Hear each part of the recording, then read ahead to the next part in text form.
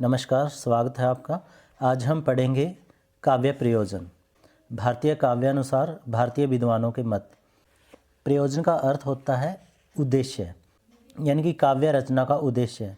काव्य किस उद्देश्य से पढ़ा जाता है और किस उद्देश्य से काव्य लिखा जाता है, इस विषय पर भारतीय विद्वानों के क्या क्या मत है, संस्कृत विद्वानों के क्या मत हैं, हिंदी विद्वानों के क्या मत हैं और सर्वमान्य कौन से हैं, हम विस्तार से करने वाले हैं। अगर आपने चैनल को सब्सक्राइब नहीं किया तो सब्सक्राइब कर लें। तो आइए वीडियो शुरू करते हैं। काव्य प्रयोजन का अर्थ होता है काव्य का उद्देश्य, यानी काव्य किस उद्देश्य से पढ़ा जाता है और किस उद्देश्य से काव्य लिखा जाता है। इस विषय को दृष्टि में रखकर काव्य प्रयोजनों पर कवि और पाठक की दृष्टि से विस्तृत विचार विमर्श काव्यशास्त्र में किया गया है। काव्य प्रयोजन काव्य प्रेरणा से अलग है, क्योंकि काव्य प्रेरणा का अभिप्राय है काव्य रचना के लिए प्रेरित करने वाले तत्व, जबकि काव्य प्रयोजन का अभिप्राय है काव्य रचना के बाद में प्राप्त होने वाले लाभ। भारतीय मतानुसार सबसे पहले हम करेंगे संस्कृत आचार्यों के मत। भारतीय काव्यशास्त्र में सबसे पहले नाम है आचार्य भरत मुनि का। उन्होंने एक ग्रंथ लिखा जिसका नाम है नाट्यशास्त्र। उन्होंने अपने इस रचना नाट्यशास्त्र में नाटक के प्रयोजनों की चर्चा की है, क्योंकि नाटक काव्य का ही एक रूप है। उनके अनुसार काव्य धर्म, यश, आयु, हित और उपदेश देने वाला है। वे लिखते हैं, धर्म्यम यशस्सम आयुषम हितम बुद्धि विवर्धनम लोकोपदेश जननम नाट्य मेतद भविष्यति। यानी काव्य धर्म, यश, आयु, हित और उपदेश देने वाला है। उनके बाद नाम आता है आचार्य भामह का। आचार्य भामह अलंकारवादी आचार्य हुए हैं। उन्होंने अपने ग्रंथ काव्यालंकार में काव्य प्रयोजनों की चर्चा की है। वे कहते हैं, धर्मार्थ काम मोक्षेषु वैचक्षणम कलासु च करोति कीर्ति प्रीतिंच साधु काव्य निबंधनम। यानी धर्म, अर्थ, काम, मोक्ष की प्राप्ति, कलाओं में निपुणता के साथ साथ उत्तम काव्य से कीर्ति और आनंद की प्राप्ति होती है। इनका मानना है कि काव्य को लिखने से और काव्य को पढ़ने से धर्म, अर्थ, काम और मोक्ष की प्राप्ति होती है, साथ में कीर्ति यानी कि यश भी मिलता है और आनंद की प्राप्ति भी होती है। इसी उद्देश्य से काव्य लिखा जाता है और काव्य पढ़ा जाता है। इनके बाद आचार्य हैं आचार्य दंडी। आचार्य दंडी ने प्रत्यक्षतः काव्य प्रयोजनों की चर्चा नहीं की है, यानी कि उन्होंने सीधे सीधे काव्य प्रयोजनों के बारे में नहीं बताया, लेकिन वाणी के महत्व को दर्शाते हुए दो काव्य प्रयोजन स्वीकार किए हैं। ये हैं ज्ञान और यश। उनके बाद आते हैं आचार्य वामन। आचार्य वामन के अनुसार काव्य के दो प्रमुख प्रयोजन हैं, आनंद और यश। संस्कृत में वे कहते हैं, काव्यम सदृष्टा दृष्टार्थ प्रीति कीर्ति हेतुत्वात्। अगला नाम है आचार्य मम्मट। आचार्य मम्मट ने अपने ग्रंथ काव्य प्रकाश में काव्य प्रयोजनों पर विस्तृत चर्चा की है, यानी कि विस्तार से चर्चा की है। मम्मट ने मूलतः 6 काव्य प्रयोजन बताए हैं जो निम्नलिखित हैं। वे हैं यश प्राप्ति, अर्थ प्राप्ति, लोक व्यवहार ज्ञान, अनिष्ट का निवारण या लोक मंगल, आत्मशांति या आनंदोपलब्धि और छठा है कांता शमित उपदेश। इनमें से काव्य की रचना करने वाले कवि के प्रयोजन हैं यश प्राप्ति, अर्थ प्राप्ति और आत्मशांति। यानी कि यदि कोई कवि काव्य रचना करता है, वो किस उद्देश्य से करता है? यश प्राप्त करने के लिए, अर्थ प्राप्त करने के लिए यानी धन प्राप्त करने के लिए, और आत्मशांति के लिए और खुद की अपनी आत्मशांति के लिए। और जो पाठक काव्य का आस्वादन करते हैं, यानी कि काव्य को सुनते हैं, उससे आनंद प्राप्त करते हैं, उनके काव्य प्रयोजन है, यानी कि वो किस उद्देश्य से सुनते हैं? लोक व्यवहार ज्ञान के लिए, अमंगल की शांति यानी आनंदोपलब्धि और कांता शमित उपदेश। मम्मट के ये काव्य प्रयोजन अत्यंत व्यापक हैं। हम इन्हीं काव्य प्रयोजनों पर विस्तार से चर्चा करेंगे। पहला है यश प्राप्ति। यश यानी प्रसिद्धि, कीर्ति। यश प्राप्ति को मम्मट ने काव्य का प्रमुख प्रयोजन माना है। काव्य रचना करके अनेक महाकवियों ने अक्षय यश प्राप्त किया है। अक्षय जो कभी खत्म ना हो, यानी कि बहुत सारा यश, कीर्ति, प्रसिद्धि प्राप्त की है। यश प्राप्त करने के लिए बहुत से कवि काव्य रचना करते रहे हैं। यश प्राप्ति को मम्मट ने काव्य का प्रमुख प्रयोजन माना है। काव्य रचना करके अनेक महाकवियों ने यश प्राप्त किया है।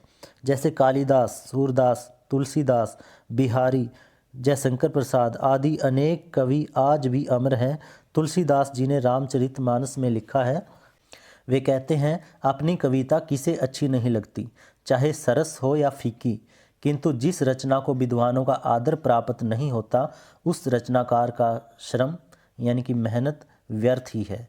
इससे यह ज्ञात होता है कि कवि की आकांक्षा होती है कि उसकी रचना विद्वानों के द्वारा सराही जाए, उसकी प्रशंसा की जाए, और यश प्राप्ति की कामना सभी कवियों में होती है। मलिक मोहम्मद जायसी ने भी अपनी रचना पद्मावत में यह स्वीकार किया है, मैं चाहता हूँ कि अपनी कविता के द्वारा संसार में जाना जाऊँ। रीतिकालीन कवि आचार्यों ने भी, जैसे देव, भिखारी दास आदि ने भी काव्य प्रयोजनों में यश प्राप्ति को विशेष स्थान दिया है। अतः कहा जा सकता है कि यश प्राप्ति काव्य का प्रमुख प्रयोजन है, यानी कि प्रमुख उद्देश्य है। अंग्रेजी की एक कहावत है जो कवियों पर भी लागू होती है, fame is the last infirmity of noble mind, अर्थात यश कामना महान व्यक्तियों की अंतिम कमजोरी होती है। दूसरा काव्य प्रयोजन है अर्थ प्राप्ति। अर्थ यानी धन की प्राप्ति। काव्य रचना का एक प्रयोजन धन प्राप्ति भी रहा है। धन कमाने की इच्छा से रीतिकालीन कवियों ने राज दरबारों में आश्रय ग्रहण किया। कहा जाता है कि बिहारी को प्रत्येक दोहे की रचना के लिए एक अशर्फी प्राप्त होती थी, जो एक सोने की मुद्रा थी। आधुनिक युग में भी कवि सम्मेलनों में अनेक कवि अपनी कविताओं को गाकर सुनाकर अच्छा खासा धन कमा रहे हैं। इस प्रकार कविता धनोपार्जन का माध्यम बन गई है। इसलिए संभवतः मम्मट ने अर्थ प्राप्ति को काव्य प्रयोजनों में स्थान दिया है। तीसरा प्रयोजन है व्यवहार ज्ञान, यानी कि व्यवहार का ज्ञान, यानी कि काव्य हमें किसके साथ कैसा व्यवहार करना है, हमें समाज में कैसे रहना है, इस तरह का ज्ञान भी हमें देता है। तो आचार्य मम्मट ने व्यवहार ज्ञान को भी काव्य का प्रयोजन माना है। रामायण आदि महाकाव्यों के अनुशीलन से पाठकों को उचित व्यवहार की शिक्षा प्राप्त होती है। संस्कृत में बहुत सा साहित्य इसी उद्देश्य को ध्यान में रखकर लिखा गया है। पंचतंत्र की कहानियाँ, हितोपदेश, नीति शतक जैसे ग्रंथ व्यावहारिक ज्ञान की शिक्षा देने के लिए लिखे गए हैं। काव्य के अनुशीलन से या काव्य के पढ़ने से यह ज्ञात होता है कि हमें कैसा व्यवहार करना चाहिए। रामचरितमानस व्यवहार का दर्पण है। जैसे रामचरितमानस में तुलसीदास ने लिखा है, एक भाई को भाई के साथ कैसा व्यवहार करना चाहिए, एक सेवक का आदर्श क्या है, एक पति का आदर्श क्या है, एक पत्नी का आदर्श आदि संबंधों के बारे में उन्होंने आदर्श प्रस्तुत किए हैं, जो व्यवहारिक ज्ञान भी देते हैं। इनके अतिरिक्त और भी बहुत सारा काव्य है जो हमें व्यवहारिक ज्ञान देता है, जैसे गुरु ग्रंथ साहब, कबीरदास की रचनाएं आदि, ये सभी समाज में व्यवहारिक ज्ञान भी देते हैं। नंबर 4 पे है अमंगल का विनाश। इसको शिवेत्रक्षते भी कहते हैं। अमंगल का विनाश यानी कि कोई गलत होने वाला हो, कोई बुरा होने वाला हो और उसके निवारण के लिए। इसका तात्पर्य है कि काव्य अमंगल का विनाश करता है और कल्याण का विधान करता है।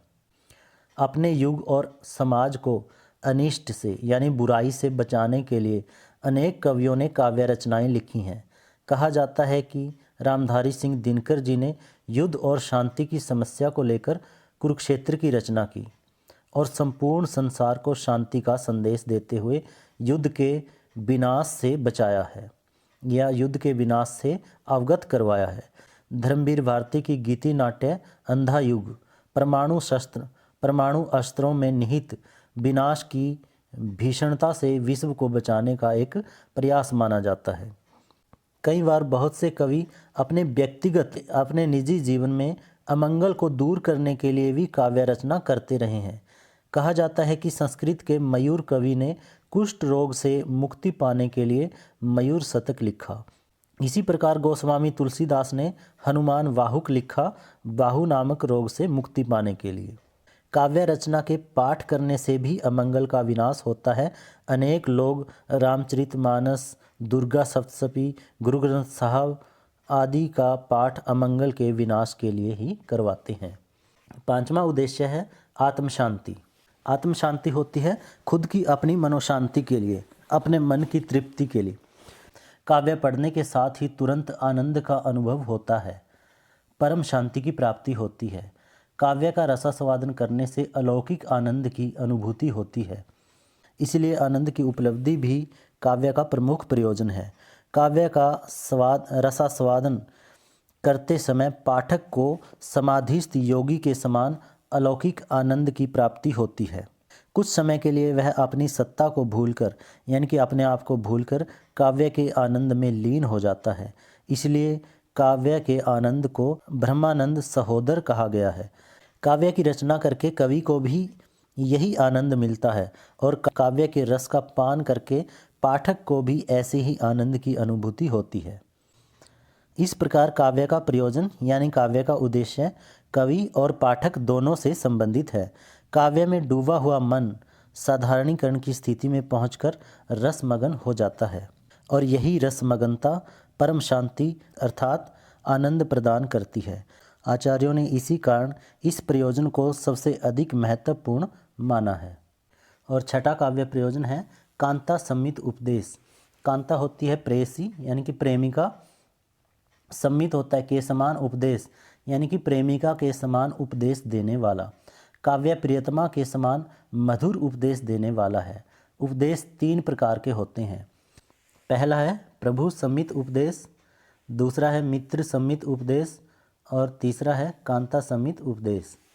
जो प्रभु सम्मित उपदेश है, प्रभु सम्मित होता है स्वामी के समान उपदेश देने वाला। वह हितकर तो है यानी कि भला करने वाला तो है, परंतु रुचिकर नहीं है, उसमें रुचि नहीं होती। दूसरा मित्र सम्मित उपदेश जो पुराणों और इतिहास आदि का उपदेश है, वह मित्र सम्मित उपदेश के समान है, जिसकी अवहेलना भी की जा सकती है।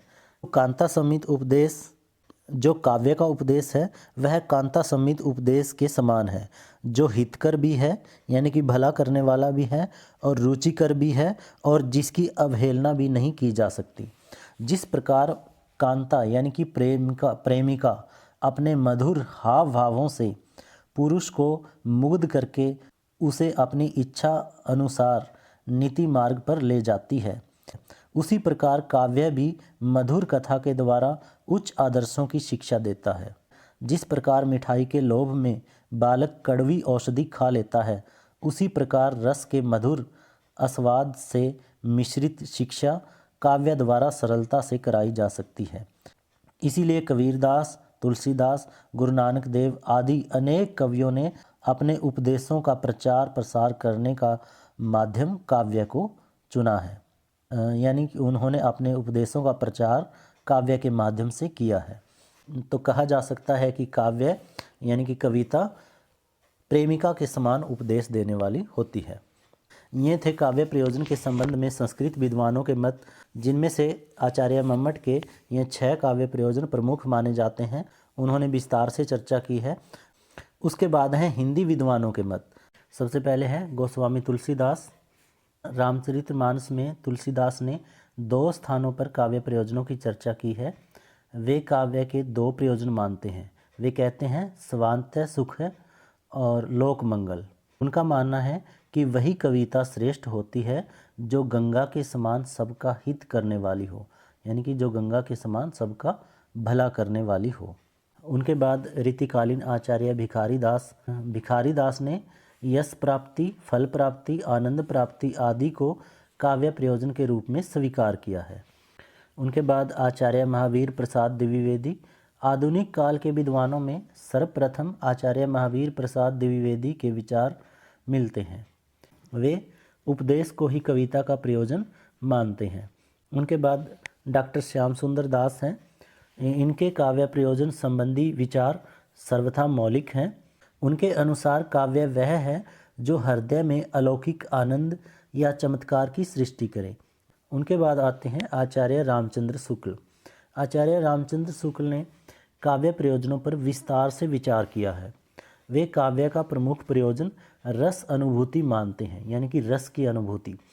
कविता से केवल मनोरंजन के उद्देश्य का विरोध करते हुए वे लिखते हैं, यानी कि वो इस बात का विरोध करते हैं कि कविता केवल मनोरंजन का साधन है। और इस बात का विरोध करते हुए वे लिखते हैं, मन को अनुरंजित करना यानी कि मन बहलाव करना, मन को आनंद देना करना, उसे सुख या आनंद पहुंचाना ही यदि कविता का अंतिम लक्ष्य माना जाए तो कविता भी विलास की एक सामग्री हुई। यानी कि अगर कविता का केवल यही लक्ष्य, यही उद्देश्य माना जाए कि आनंद प्राप्त करना है, मन बहलाव होना करना है, तो वह केवल एक विलास की सामग्री, एक सामान बन जाता है। लेकिन वो इस बात का विरोध करते हैं और वो कहते हैं, काव्य का लक्ष्य है जगत और जीवन के मार्मिक पक्ष को गोचर रूप में लाकर सामने रखना। मार्मिक पक्ष जो हृदय को छू लेने वाले, जो दिल को छू लेने वाले विषय होते हैं, जीवन और जगत के उन विषयों को गोचर होते हैं जिनका ज्ञान इंद्रियों द्वारा प्राप्त किया जा सके, संभव हो। यानी कि जिनका ज्ञान इंद्रियों द्वारा प्राप्त कर लेना संभव हो, यानी कि जिनका हम ज्ञान प्राप्त कर सकें। यानी कि जीवन और जगत के वे विषय जो मार्मिक हो, जो दिल को यानी हृदय को छू लेने वाले हों, उनको ऐसे रूप में सामने लाकर रख देना कि जिनका ज्ञान प्राप्त किया जा सके, इंद्रियों द्वारा जिनका ज्ञान प्राप्त करना संभव हो, ऐसे रूप में हमारे सामने रख देना, यही कविता का प्रमुख लक्ष्य होना चाहिए। ये आचार्य रामचंद्र शुक्ल का मानना है। इनके अतिरिक्त मैथिली शरण गुप्त का मत भी रख सकते हैं। काव्य का प्रयोजन केवल मनोरंजन नहीं अपितु उपदेश देना स्वीकार करते हैं। वे कहते हैं केवल मनोरंजन ना कवि का कर्म होना चाहिए, उसमें उचित उपदेश का भी मर्म होना चाहिए। इसी प्रकार वे कला के लिए सिद्धांत का खंडन करते हुए कि कला लोकहित के लिए होनी चाहिए, कि कला है जो वो समाज के भले के लिए होनी चाहिए, इस बात का वो समर्थन करते हैं। इसी तरह कथा सम्राट मुंशी प्रेमचंद हैं, वो भी काव्य या साहित्य का उद्देश्य मनोरंजन नहीं मानते। उनके अनुसार साहित्य का लक्ष्य मानव विवेक को, बुद्धि को जागृत करना है, ऐसा मुंशी प्रेमचंद मानते हैं। तो काव्य प्रयोजनों के संबंध में विवेचना करने के उपरांत निम्न निष्कर्ष निकलकर सामने आते हैं। नंबर 1 पे तो ये है कि प्रत्येक व्यक्ति का काव्य प्रयोजन एक समान नहीं होता। नंबर 2 पे आनंद प्राप्ति काव्य का प्रमुख प्रयोजन है, जिसे रस अनुभूति से प्राप्त किया जाता है। और नंबर 3 पे यश प्राप्ति, अर्थ प्राप्ति, व्यवहार ज्ञान, अमंगल का विनाश और लोकोपदेश भी काव्य प्रयोजन है। काव्य प्रयोजन काव्य प्रेरणा से अलग है।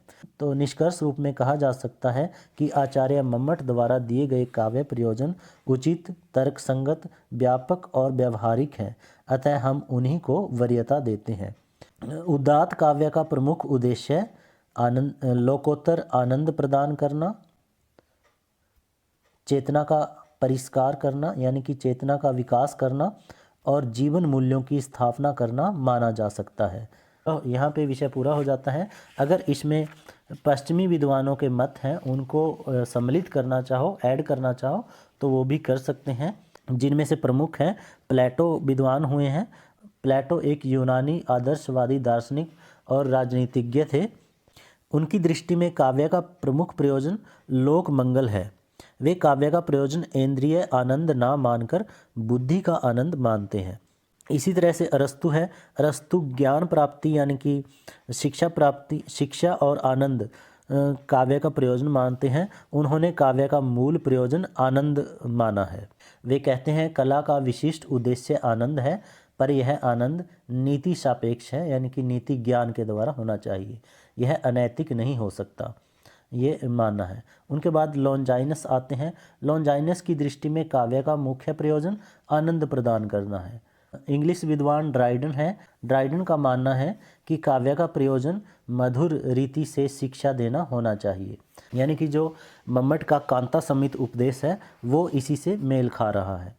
इसी तरह कॉलरिज ने कहा है कवि अपने पाठक को नीति का उपदेश देता है, पर इस उद्देश्य का प्राथमिक माध्यम आनंद है। आगे एक जगह पर वह कहते हैं काव्य का मूल प्रयोजन आनंद ही है और वह आनंद सौंदर्य के माध्यम से प्राप्त होना चाहिए। जहाँ सौंदर्य होगा वहीं आनंद होगा। स्वच्छंदतावादी कवि वर्ड्सवर्थ भी काव्य का प्रयोजन, काव्य का उद्देश्य मात्र आनंद प्रदान करना नहीं मानते। वे कहते हैं कि काव्य सत्य और सौंदर्य के माध्यम से आनंद प्राप्त कराता है। उनका मानना है कि सच्चे कवि का कर्तव्य पाठकों की भावनाओं का परिष्कार करना है, उनकी भावनाओं को अधिक संतुलित, शुद्ध और प्रकृति के अनुरूप बनाना है। नीति और आनंद दोनों को वो मानते हैं। पी.वी. शैले का मानना है कि कविता से जीवन और जगत के सत्य की अभिव्यक्ति होनी चाहिए। इस विवेचना के उपरांत यह निष्कर्ष निकाले जा सकते हैं। इस तरह कहा जा सकता है कि पश्चिमी काव्यशास्त्र में भी काव्य प्रयोजनों पर कला के संदर्भ में विचार किया गया है। इस संबंध में दो प्रमुख मत हैं। एक, कलावादियों के अनुसार कला का एकमात्र प्रयोजन सौंदर्य की सृष्टि है, इसीलिए वे कला के लिए सिद्धांत के समर्थक हैं, जबकि उपयोगितावादियों के अनुसार कला का उद्देश्य लोकहित का विधान करना है। इस विवेचना से निष्कर्ष निकाले जा सकते हैं कि काव्य का प्रयोजन मात्र लोक मंगल है, या फिर नंबर 2 पे काव्य का प्रयोजन आनंद है, और नंबर 3 पे काव्य का प्रयोजन नीति सापेक्ष आनंद है, यानी कि नीति के ज्ञान के द्वारा आनंद प्रदान करना है।